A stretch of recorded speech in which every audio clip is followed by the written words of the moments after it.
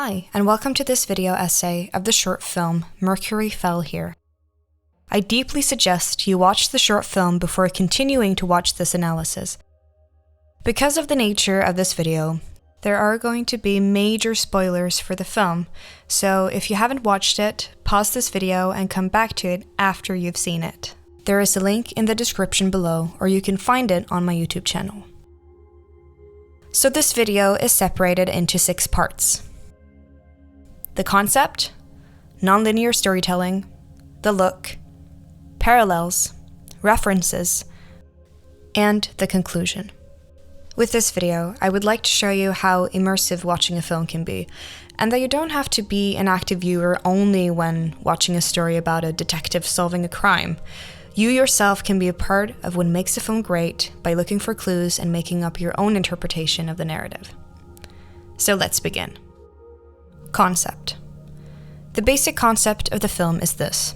The lead character Claire experiences a traumatic incident that turns her world upside down. She then tries to cope with her choices and wrongdoings within her own subconscious. The subconscious in this video will be referred to as a dream sequence. And also just a little disclaimer. Though this is what we as filmmakers intended the film to be about, how you as a viewer interpret the film is just as interesting, if not more intriguing. This analysis is meant to enhance the experience of the film upon a second viewing, not to try and tell you what is right and what is wrong with your individual interpretation of the film. Just so we're clear about that. Nonlinear storytelling. As you may or may not have noticed upon the first viewing of our film, the events has a nonlinear structure. In this article by Masterclass, Nonlinear Storytelling, Nonlinear Writing Tips and Examples, they explain it like this. A nonlinear narrative is a narrative technique in which the storyline is told out of chronological order. That can take many forms, by using flash forwards, flashbacks, dream sequences, or foreshadowing. So that means where we first meet Claire at the start of the film is not chronologically where we would meet her first. I've tried to put it together like this. First, we section off each scene in the film and put it in chronological order. Then insert the scenes in alphabetical order. So by doing that, it would look something like this. Scene A, Reality, Part 1. Being the events that happen within the grocery store. So, from the moment Claire stares down at the postcard, up till the confrontation between Donald and Claire, all the way to when Claire herself is shot. Scene B, Reality Part 2. When Claire struggles for her life after being shot by Donald outside their grocery store. She then slowly slips into her subconscious, or what I refer to as the dream sequence. Scene C, Dream Sequence. This would cover Claire's entire journey through her subconscious, from the moment she wakes up on the beach to her encounter with the cashier and the other customer in the fields, to the dark, thunderous space, all the way to her final conversation with Marie at the end of the dream sequence. Scene D, Reality Part 3. After the end credits, you hear different sound bites from the dream sequence. When you sleep, the part when you actually dream is extremely brief, and we wanted to portray that with this collage of defining sounds from Claire's journey. In the end, she wakes up and stares through the lens at the viewer.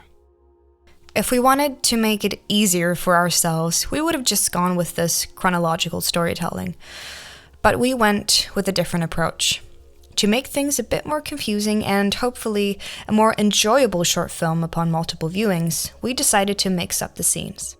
We wanted to start with Scene B, Reality Part 2, so that the viewer would be thrust into the story completely blind. Here we get the all-important first question that we later would get an answer to. What happened to her? Who is this person? Why is she covered in blood? Where is she? And so on. Then, to bring further confusion and intrigue, we jumped into Scene C, the dream sequence, to evoke more questions. This also allowed us to be creative in our narrative, taking some inspiration from the Swedish playwright August Strindberg, specifically his expressionistic play, A Dream Play.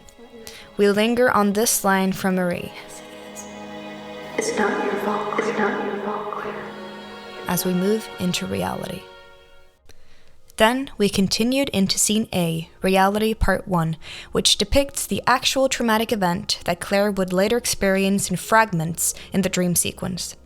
This is where we get the answer to our first question, what happened to her? Now we move past the end credits and to the final shot of the film, Scene D, Reality Part 3. In this scene, the audience will find out if Claire made it or not. Instead of having the scenes arranged in an A, B, C, D structure, we chose to structure the film like this: B, C, A, D. The look.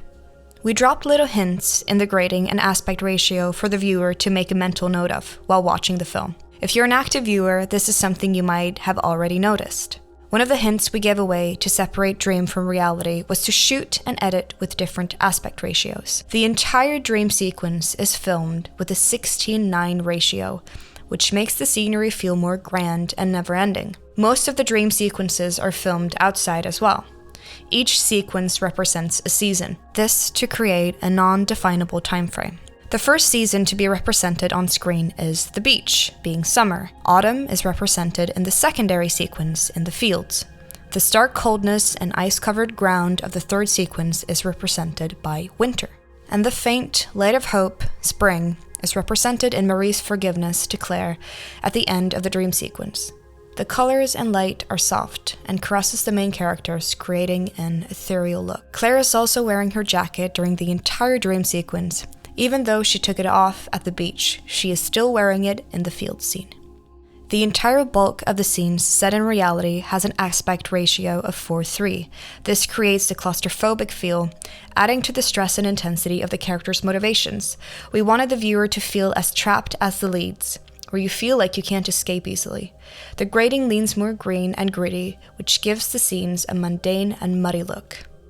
Parallels. Claire's traumatic experience at the grocery store is played out in fragments in the dream sequence. All the core beats that hinders Claire to get to the Christmas party, and all the wrong choices she makes presents itself in different manifestations in her dream. The first parallel is visual, the postcard. A quick side note, stick around till the end to see some hidden meanings within the design of the postcard. Claire zones out when she stares at it. So much so that she forgets to listen to Marie trying to tell her a story. In her subconscious, Claire is placed inside the postcard. The postcard marks the beginning of her traumatic experience. The beaches depicted in the dream and reality are in fact the same location. The second parallel is an object, that being Marie's watch. A wristwatch depicted in reality, but a large oversized clock in the dream. This is also symbolic as it shows the larger importance of time for Claire in retrospect, as well as the ticking within the score. The third parallel is both visual and lyrical. The character of Runner approaches another character and asks a question. The fourth parallel is a physical or visual one, Runner sprinting past Claire. The fifth parallel is the front of Donald, and it is visual. In the dream sequence, he almost looks like a demon with only his silhouette showing in the darkness. The sixth parallel is an audible one with Donald's scream. The seventh parallel is visual. One of the beats that made Claire even more late to the Christmas party was Donald's bag of coins, which turns into blood in the dream sequence. The 8 is a visual parallel. Claire standing over Marie feeling helpless, whilst Marie is lying in her arms. The penultimate parallel is lyrical. This is arguably the most emotional parallel in the story. In reality, a frightened Marie tells Claire, I can't feel anything. in the dream sequence, a calm, accepting Marie reassures Claire in an act of trying to comfort her. Don't worry, I can't feel anything. The 10th and last parallel is symbolic, the blood on Claire's hands. This shows the audience what Claire thinks of herself. "You've got blood on your hands" is an idiom explaining that if something horrible happens and you have something to do with it, or you were the one to blame, you've got blood on your hands. References. After this lengthy analysis, we've come to a part that I really enjoy, showing all the Easter eggs and references that we have throughout the film. This mostly appears in the dream sequence, but there are references scattered throughout the short. Let's start with the title, Mercury Fell Here. It is inspired by a beautiful yet terrible quote from Dante's Inferno. So too eternally the flames fell here. Much like Dante, Claire must navigate through a hellish reality in search of someone she loves. Visually, the title also shows the surreal quality of the film. Claire's mind is so destroyed and distraught that even planets start falling around her. The first part of the dream sequence has a few references. The large watch is a very on-the-nose reference to Alice's adventures in Wonderland. The rabbit in the book carries a watch, and he claims that he is late for something constantly. By following Marie through the door, Claire essentially goes down the rabbit hole. Also, in Claire's inability to accept Marie's death, she creates a new version of her, a new version of Marie that inside Claire's own mind is still alive. The new version of Marie is essentially an extension of Claire herself. When new Marie tells Claire to leave Marie behind, dead Marie, Claire is really saying this to herself, desperate to believe that her best friend really is still alive, somewhere. The act of not turning back is a nod to a biblical tale, where if you turn around, you can continue or move on. In Claire's case, if she would have turned around, her subconscious would come to the conclusion that Marie really is dead. In this scene, you see the cashier holding a newspaper with the headline, Man Found in Abandoned Vehicle by the Roadside. For those of you who have seen our earlier work, you may recognize the picture on the front page. It is a direct nod to the short film True North. The article outlines a crime that happened on Route 52. We have interconnected all our short films, so stay tuned for another reference to our earlier work. If you listen closely in this scene here, you will hear a voice whispering a poem. This is another reference to Alice's adventures in Wonderland, and it is the poem that decorates the very first pages before chapter 1 in the book. The scene in the dark here is a heavily inspired scene by David Lynch and Twin Peaks. The music in the background is the same radio music that is being played during the shooting in reality, only slowed down. Claire now finds herself in a place vaguely similar to the Black Lodge. So I mentioned the postcard earlier. If you look closely at the card, you'll see that it says, Greetings from Imagine Rose, the flowering beauty of the West Coast. Imagine Rose being a fictional town located on the West Coast in our universe. The name is actually an anagram for Marie is gone. So at the very start of the reality scene, you get a massive hint for what's to come. Adding to the fictional places in the short, Green Hill Grocery Store, the place where the events of reality take place, is a reference to a previous short we made called A Woman Named Dana. In this short, Dana says, I saw him by the river in Green Hill. This again is to connect our shorts so that they all take place within the same universe.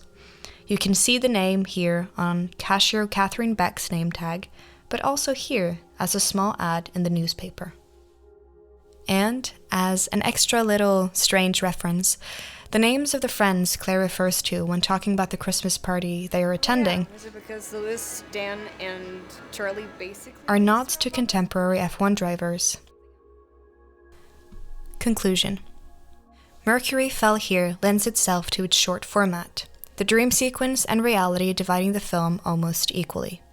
The film, being only 18 minutes long, gives us filmmakers little time for you, the viewer, to care about the characters. That is why we created a strong sense of motivation, pushing the characters forward. Claire and Marie does not know what is going to happen to them, so by giving them the motivation to get their shopping over quickly to get to the Christmas party, we give them something to look forward to. By doing this, there are multiple obstacles in their way that hinders them from achieving their goal. My interpretation of the film is not larger than life, nor is it a political and contemporary message we're pushing with the themes of this film. For us, it boils down to one simple fact. You don't know everyone's life story. Be careful how you approach, talk, and treat others. You never know what they are going through. Claire, in her selfishness and fear of being late, completely disregards Donald's very emotional response to her coming to him as a savior trying to fix his financial problem. Donald, clearly being unstable and not wanting to pay any attention to himself, gives Claire a clear no, which Claire completely overlooks in her attempt not to be embarrassingly late to the Christmas party, which at the time is her greatest concern. In doing this, she unintentionally pushes Donald over the edge and leaves him feeling like there is nothing else he can do but to take control over the situation and give Claire, and in his mind anyone who has disrespected him before, what they deserve. And in his anger, because Claire and Marie switch places, Donald shoots Marie instead of Claire, which makes him reassure himself of the fact that them switching places is in fact not his fault, with Marie trying to stop Claire from confronting Donald earlier, and Claire blaming Marie for being late. All that has happened in this traumatic event turns into this big what if for Claire, which is the largest driving force for her heavy self-loathing and guilt during her journey through her subconscious. So after learning all of this, I would love for you to watch the film one more time. Trust me, it'll be like seeing a vastly different film this time over. So what do you think? Were there any of the aforementioned things you figured out the first time watching it? Who do you think is to blame for what happened? Is it Marie for being late, Claire for confronting Donald, or Donald for acting out? Or is it someone else, maybe? How do you interpret the themes of the film? And what do you think the message of the film is? Let us know. Until next time, later.